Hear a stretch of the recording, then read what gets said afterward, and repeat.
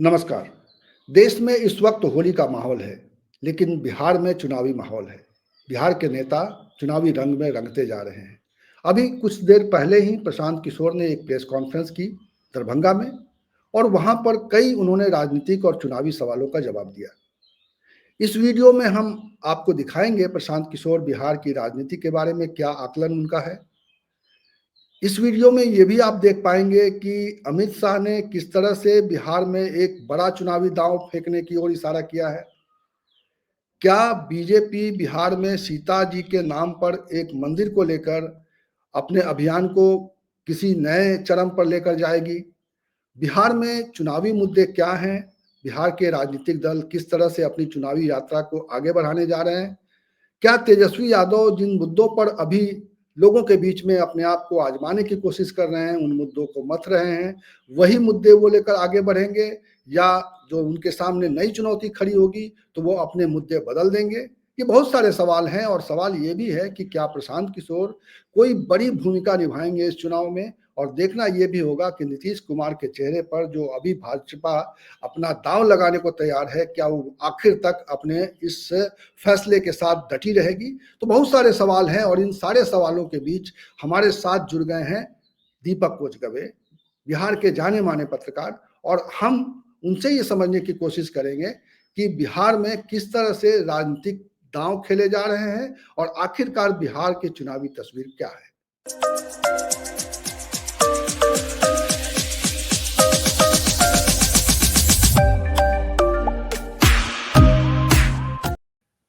मैं दीपक जी आपसे कुछ सवाल करूं उससे पहले मैं एक जरा बयान दिखा देना चाहता हूं, क्योंकि अमित शाह ने एक बयान दिया है कल, और वो अहमदाबाद में एक कार्यक्रम था, बिहार के मैथिल समाज का एक कार्यक्रम था, और मैथिल समाज के कार्यक्रम में उन्होंने एक बड़ा बयान दिया है।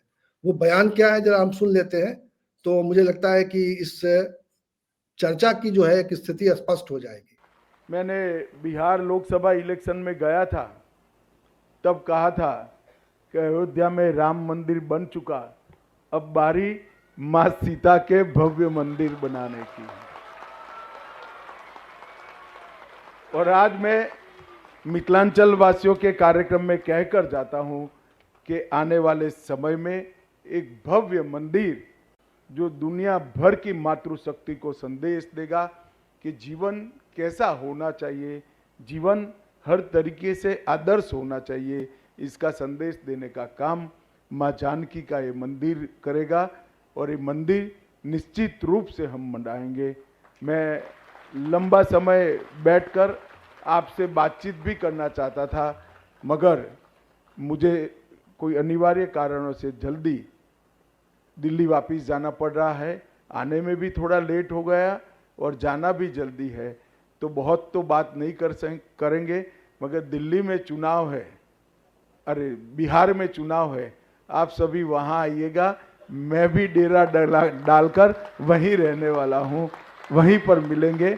आप सभी को अनंत अनंत शुभकामनाएं, प्रणाम, नमस्कार। बिहार में डेरा डंडा डालेंगे, और एक और खास बात है कि बिहार में उन्होंने सीता जी के मंदिर का निर्माण का एक तरह से जो एक नया एक मुद्दा रख दिया है। अब बिहार में ऐसा लग रहा है कि भारतीय जनता पार्टी पिछले कुछ समय से जिस तरह से संतों महंतों का प्रवेश हुआ है, जिस तरह से कार्यक्रम आगे बढ़ रहा है बिहार में भाजपा का, उसे ऐसा लग रहा है कि भारतीय जनता पार्टी को इस बात पर पूरा यकीन है कि उसका धार्मिक मुद्दा जो है वही सबसे ज्यादा काम करने वाला है। भगत जी, जो बयान अभी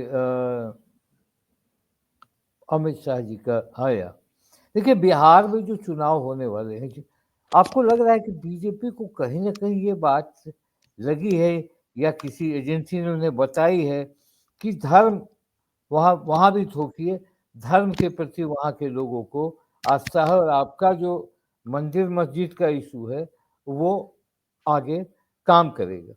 आपको लगा जैसे उन्होंने सीता मैया की मंदिर की, तो नीतीश कुमार बहुत काम कर रहे हैं उस पर, उस मंदिर का मिथिलांचल के एरिया में कॉरिडोर बना रहे हैं नीतीश कुमार, जहाँ तक मेरी समझ और मेरी जानकारी है।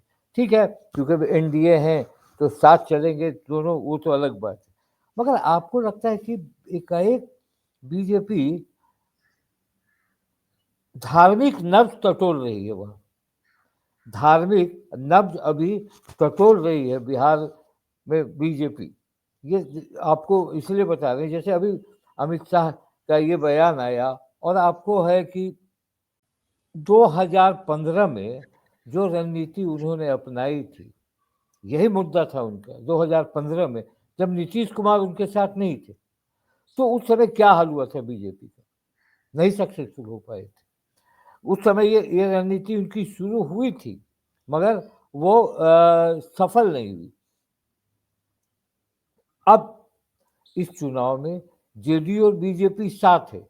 कुछ मुद्दे पर जेडीयू को परहेज होगा, कुछ मुद्दे पर इनको परहेज होगा। तो ये मामला देखने लायक होगा कि एकाएक बिहार में आरएसएस प्रमुख आ गए, दीवान 6 दिन की उनकी, बागेश्वर बाबा आ गए, श्री श्री रविशंकर आ गए जी।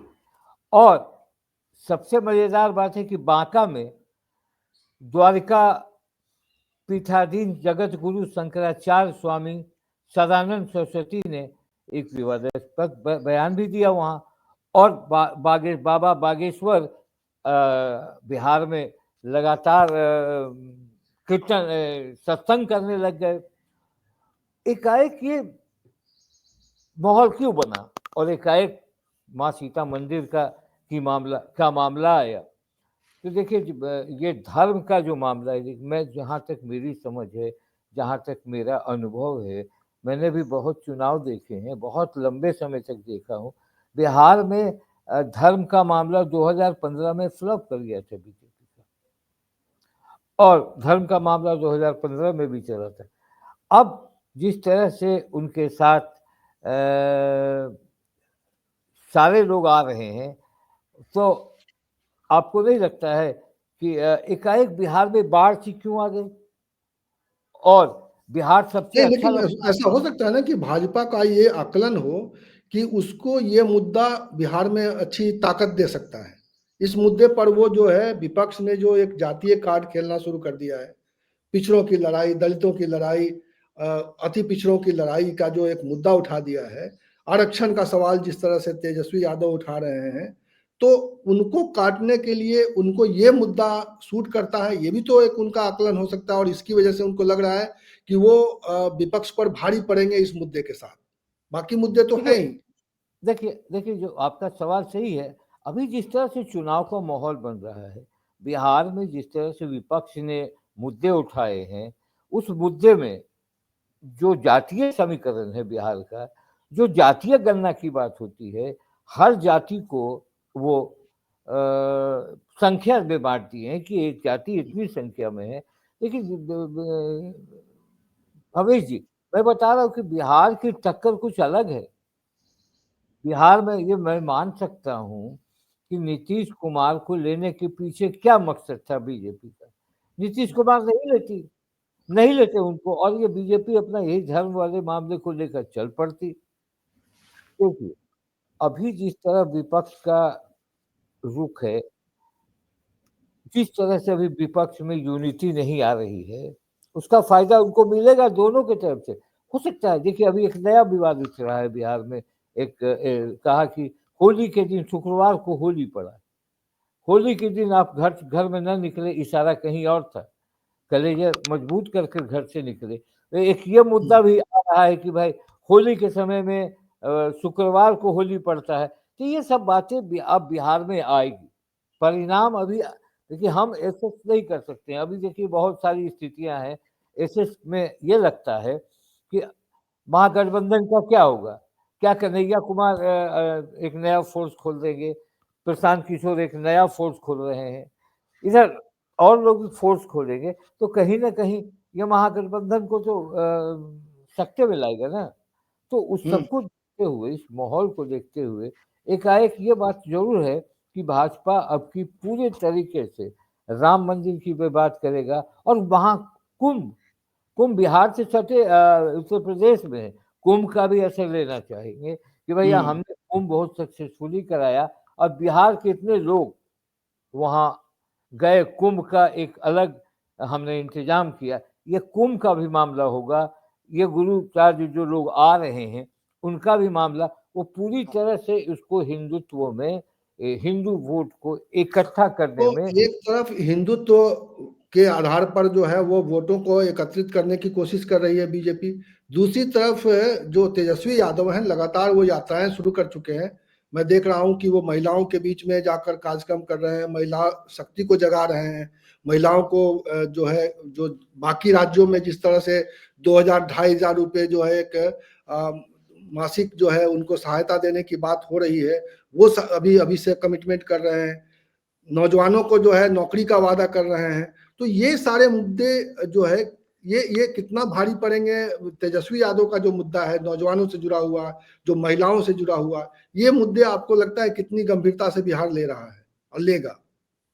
देखिए, जहाँ तक नौकरी का, रोजगार का मामला है, जो तेजस्वी यादव ने 2020 के चुनाव में इस मुद्दे को उठाया था, वो मुद्दा उस समय बहुत ही टटका था, जिसको कहते थे, वो मुद्दा उनके चेन में फंस गया था कि हाँ अब इस मुद्दे को लेकर चलेंगे, और वो मुद्दे में उन्होंने कुछ किया भी था।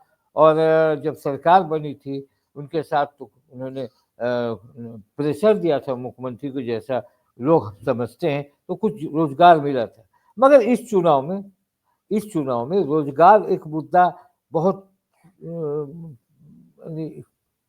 पिन करने वाला नहीं होगा तेजस्वी यादव पर, क्योंकि आप देखिएगा कि रोजगार जनता दल यूनाइटेड के तरफ से, एनडीए की तरफ से दिया जा रहा है। कल ही आपने देखा होगा गांधी मैदान में 50,000 लोगों को रोजगार दिया गया है मुख्यमंत्री के द्वारा। शिक्षकों की भर्ती के बाद उनको नियुक्ति पत्र दिया गया। तो कहीं ना कहीं रोजगार के प्रति, तेजस्वी यादव के प्रति कुछ युवाओं को इस बात का विश्वास है कि तेजस्वी नहीं होते तो ये मामला नहीं आता, और तेजस्वी जो कहते हैं वो कर देते, ये मसला बैठा हुआ है। मगर मैं ये कह रहा हूँ कि भाजपा अपनी पूरी टीम उतारेगी। देखिए, बाबा बागेश्वर आए, मनोज तिवारी पहले आ गए, और मनोज तिवारी ने बताया वो मनीष कश्यप के टीवी ऑफिस का उद्घाटन करने का बहाना था। आज वहाँ बागेश्वर बाबा कह रहे हैं बिहार हमको सबसे अच्छा लगता है, बोलते हैं खुलेआम, बिहार के नौजवान बहुत अच्छे लगते हैं। और वहाँ भागलपुर में श्री रविशंकर जी के आसपास कौन दिख रहे हैं, बगल में अश्वनी चौबे, इधर शाहनवाज, और पीछे में पूरी भाजपा की टीम। वहां पे कहीं ना कहीं दिख रहा है कि भाजपा इसको स्पॉन्सर कर रही है, इस प्रोग्राम को, या प्रेरित कर रही है, और भाजपा के पक्ष में ये जाने वाला दिखता है। अच्छा, एक चीज और बताइए कि ये जो अभी प्रशांत किशोर जो एक और कोण आ गया है बिहार के चुनाव में, प्रशांत किशोर, अभी मैं थोड़ी देर पहले प्रशांत किशोर की प्रेस कॉन्फ्रेंस देख रहा था। मैं चाहता हूं कि आपसे सवाल करने से पहले प्रशांत किशोर का वो बयान ही सुनवा दूं। वो आधे घंटे से ज्यादा समय का प्रेस कॉन्फ्रेंस था वो, लेकिन मैंने कुछ थोड़ा सा हिस्सा जो है उसको मैं चाह रहा हूँ कि दर्शकों के लिए पेश करूँ, और फिर उसके बाद प्रशांत किशोर की भूमिका किस तरह से बन रही है बिहार में, प्रशांत किशोर किस तरह से उनकी राजनीति जो है बाकी दलों के चुनावी प्रोस्पेक्ट पर को प्रभावित करेगी, ये हम आपसे समझने की कोशिश करेंगे। हम सी वोटर या किसी भी सर्वे एजेंसी के नंबर पर टिप्पणी नहीं करना चाहते हैं। 2-2.5 साल से हम बिहार में घूम रहे हैं, और थोड़ी बहुत सर्वे और नंबर की जानकारी मुझे भी ये समझ है। वो सी वोटर का नंबर है, वो स्वतंत्र है, उनका स्वागत है जो लिख रहे हैं, जो बता रहे हैं। आप आने वाले 3-4 महीने में देखिए किसका नंबर कहाँ रुकता है। अभी जिस दरभंगा में आप हैं, यहाँ पर पहले राजद का गढ़ हुआ करता था, अब जो है कई सालों से जो है भाजपा यहाँ गढ़ बनाएगी। आपने उसको कहते हैं लोकप्रिय विधायक है यहाँ। ज्यादातर शहरी क्षेत्र में लालू जी के जंगल राज के बाद से शहरी क्षेत्रों में भाजपा के विधायक इसलिए जीतते रहे हैं कि लोग लालू जी के पार्टी को वापस नहीं वोट देना चाहते हैं।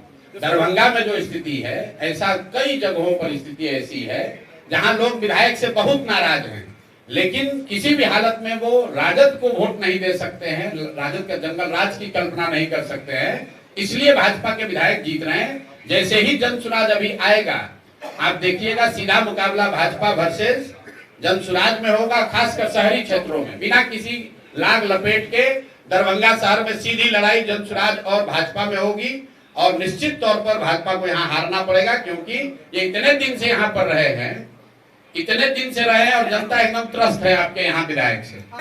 एक चीज आपको बता दें कि भाजपा जो है बिहार में, इनसे ज्यादा कायर, इनसे ज्यादा डरपोक, इनके जैसा नेतृत्व विहीन कहीं भाजपा का यूनिट पूरा देश में नहीं होगा। इनको कोई, आप जिस सर्वे की बात कर रहे हैं सी वोटर वाला, उसमें देख लीजिए कि भाजपा के नेता सम्राट चौधरी को कई % वोट आया है। तो फिर तेजस्वी क्यों कहते हैं कि आप भाजपा के बी टीम? अब तेजस्वी को भैया मुफ्त में मुसलमानों का वोट लेने का आदत लगा है। नहीं, आप सुन तो आ तो रहे उसी पर। आपको मुफ्त में वोट आदत लगा है कि मुसलमानों को डराओ कि भैया हमको न दोगे तो भाजपा आ जाएगी, तो बेचारा मुसलमान मजबूरी में वोट दे देता है। अब उनको दिख रहा है कि जितना सब राजनीतिक बंधुआ मजदूर था, जो हमारे लालटेन में किरासन तेल बन के जल रहा था, उसको एक दूसरा रास्ता दिख गया जो इससे बेहतर रास्ता है, जिसका नाम है जनसुराज। तो लालटेन से किरासन तेल निकलेगा तो लालटेन तो फकफकाएगा ही ना भाई, फकफका के फिर थोड़े दिन में बंद हो जाएगा। तो तेजस्वी यादव की जो लालटेन है, जिस दिन मुसलमान उस लालटेन से निकल गए, किरासन तेल निकल गया, उस दिन उसका बूझना तय है। इसलिए वो घबरा रहे हैं और घबराहट में कुछ बोल रहे हैं। दीपक जी, दो बातें हैं। एक तो प्रशांत किशोर जो आखिर में कह रहे हैं, वो इशारा ये कर रहे हैं कि तेजस्वी यादव के जो मुस्लिम वोट है, जिसकी वजह से तेजस्वी यादव की ताकत एक दिखाई देती थी चुनाव में, 2020 के चुनाव में उनका जो नौजवानों के प्रति जो उनका एक आग्रह था कि हम सब के लिए हम नौकरी रोजगार देंगे, उसको लेकर उनको बड़ी बड़ी कामयाबी मिली। देखा जाए तो एक सबसे बड़ी पार्टी के तौर पे उभरे, वहां पर सबसे ज्यादा मतलब सीट लाने वाली वो भी पार्टी बनी, लेकिन वो सत्ता तक नहीं पहुंच पाए। दूसरी तरफ अब प्रशांत किशोर ये एक इशारा कर रहे हैं कि मुस्लिम वोट उनसे खिसक सकता है। क्या आपको लगता है कि प्रशांत किशोर आरजेडी के मुस्लिम वोट में बड़ी सेंध लगाने जा रहे हैं? और ऐसा सवाल इसलिए भी बार बार पूछा जा रहा है बिहार में, क्योंकि 40% सीटों, ऐसा 40% सीटों पर वो मुस्लिम कैंडिडेट खड़ा करने की बात कर रहे हैं। और वो तो ये भी चैलेंज कर रहे हैं कि अगर इतनी सीटें आरजेडी अपने मुस्लिम कैंडिडेट उतारती है तो वो उसके खिलाफ में कोई कैंडिडेट अपना नहीं उतारेंगे। ये भी वो अपने जो उनका सम्मेलन हुआ था उसमें ये बात कह चुके थे। तो क्या आपको लग रहा है कि ये जो मुस्लिम वोटरों वाला जो है फैक्टर है, बिहार में इस बार कुछ बदलाव है? देखिए भवेश जी, दो चीज हमने सुना। एक तो उन्होंने कहा कि शहरी क्षेत्र में आरजेडी नहीं आएगी, हमारा और बीजेपी के बीच टक्कर होगा। देखिए, शहरी क्षेत्र तो बीजेपी का है और शुरू से आरजेडी शहरी क्षेत्रों में कमजोर पड़ती दिखी है। इसमें जब से चुनाव का ये हुआ तो अर्बन वोटर्स का जो मेंटालिटी है, वो मेंटालिटी बीजेपी के पक्ष में ही रहता है, चाहे वो पटना हो, चाहे वो कोई अन्य शहर हो। आपने देखा अभी लोकसभा के चुनाव में, आपने देखा कि कुछ जैसे पटना, पाटलिपुत्र, वो भी शहरी क्षेत्र, उसमें आरजेडी ने जीत दर्ज की। मगर मोस्टली आप देखेंगे कि शहरी क्षेत्रों में बीजेपी का कैडर बड़ा मजबूत होता है। तो अगर ये लड़ते हैं शहरी क्षेत्र में, और ये किसका वोट काटेंगे? ये वोट काटेंगे मैक्सिमम कहते हैं कि हम इंटेलेक्चुअल हैं, हमारे अपर कास्ट के लोग हैं, हमारे मुस्लिम है। आप ये देखिएगा कि किसका वोट काटेंगे, तो बीजेपी का वोट काटेंगे ना। आरजेडी को तो शहर में बहुत ऑप्टिमिस्टिक नहीं रहता है आरजेडी शहर में। तो ये एक पक्ष उनका ये दिखता है। दूसरा पक्ष जो दिखता है मुस्लिम वाला, यह प्रयोग उन्होंने उपचुनाव में किया था और उपचुनाव में इनको सफलता नहीं मिली, मगर एक तगमा लग गया कि इनकी वजह से एनडीए ने 3 सीट जीत लिया। जहानाबाद में जिस तरह से उन्होंने मुस्लिम कैंडिडेट को खड़ा किया और मुस्लिम कैंडिडेट को वोट मिला, वो वो वोट काट लिया बीजेपी का। इधर मनोरमा देवी जो थी, यादव का वोट उन्होंने वो भी काटा। तो मिला जुला के जेडीयू जीत गई 35 सालों के बाद। तो ये तोहमत किसके दिमाग पे लग गई? इससे ये लग गया कि प्रशांत किशोर ने तो वोट काट लिया वाला बात आ गई इनके बीच। मगर मुस्लिम गया था कि हमारी रक्षा करने के लिए एक पार्टी आएगा तो हम देखेंगे क्या होगा। मगर जब आप हार गए और वहां बीजेपी की जीत हो गई, मुस्लिम अब अपने वोट को वेस्ट नहीं करेगा।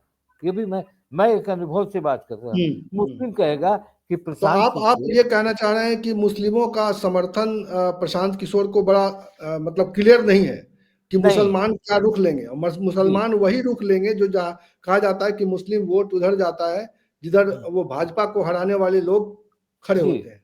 जी, जी, तो इस वजह से प्रशांत किशोर मुस्लिम वोटों का जो है, जिस तरह से वो दावा कर रहे हैं कि आरजेडी के मुस्लिम वोटों को वो काट लेंगे या उनकी तरफ मुड़ जाएंगे, वो लालटेन में से कह रहे हैं कि तेल रिस रहा है, निकल रहा है और इसीलिए तेजस्वी छटपटा रहे हैं। तो आपका कहना है कि वो मुस्लिम वोट जो है अभी उतना संकट में नहीं है, मतलब वो इस दुविधा में नहीं है, वो आरजेडी उसको एक मात्र सहारा दिखाई। लेकिन एक बात और है कि अगर नीतीश की ताकत बनी रहती है, नीतीश का चेहरा जिस तरह से जेडीयू में अभी तक ऐसा लग रहा था कि नीतीश को पीछे कर दिया जाएगा, लेकिन बीजेपी ने भी एक तरह से नीतीश के पीछे ही खड़े होने का फैसला किया है। ऐसी परिस्थिति में अगर नीतीश सामने रहते हैं एनडीए की ओर से मजबूती से, अभी तक जो स्थिति है, अभी तक जो साफ साफ दिख रहा है कि भाजपा जो है अपनी ओर से कोई ऐसी दावेदारी पेश नहीं कर रही है, नीतीश कुमार को आगे करके चुनाव लड़ना चाहती है। ऐसी परिस्थिति में तो मुस्लिमों के सामने और दुविधा बढ़ेगी कि वो जेडीयू की ओर जाए या आरजेडी की ओर जाए। तो मुसलमानों की दुविधा अगर बढ़ेगी तो बिहार में जो है रिजल्ट का क्या होगा, मतलब कैसे आप इसको बदलता हुआ देख पा रहे हैं? देखिए नीतीश कुमार जिस तरह से मुसलमानों के पक्षधर रहे, नीतीश कुमार ने काम भी किया मुस्लिमों के लिए। आपने देखा कि कब्रिस्तानों की घेराबंदी हुई, फिर हज भवन का ये हुआ, और भागलपुर दंगा में जो भी बातें उनसे मुस्लिमों को उन्होंने राहत दिलाई और मुजरिमों को पकड़वाया। तो ये सारी बातें कुछ इंटेलेक्चुअल मुस्लिम, जैसे पसमादा की भी बात करेंगे तो मैं बाद में करूँगा, तो कुछ कुछ मुस्लिम नीतीश कुमार को पसंद करते हैं, ऐसी बात नहीं है कि नहीं पसंद करते हैं।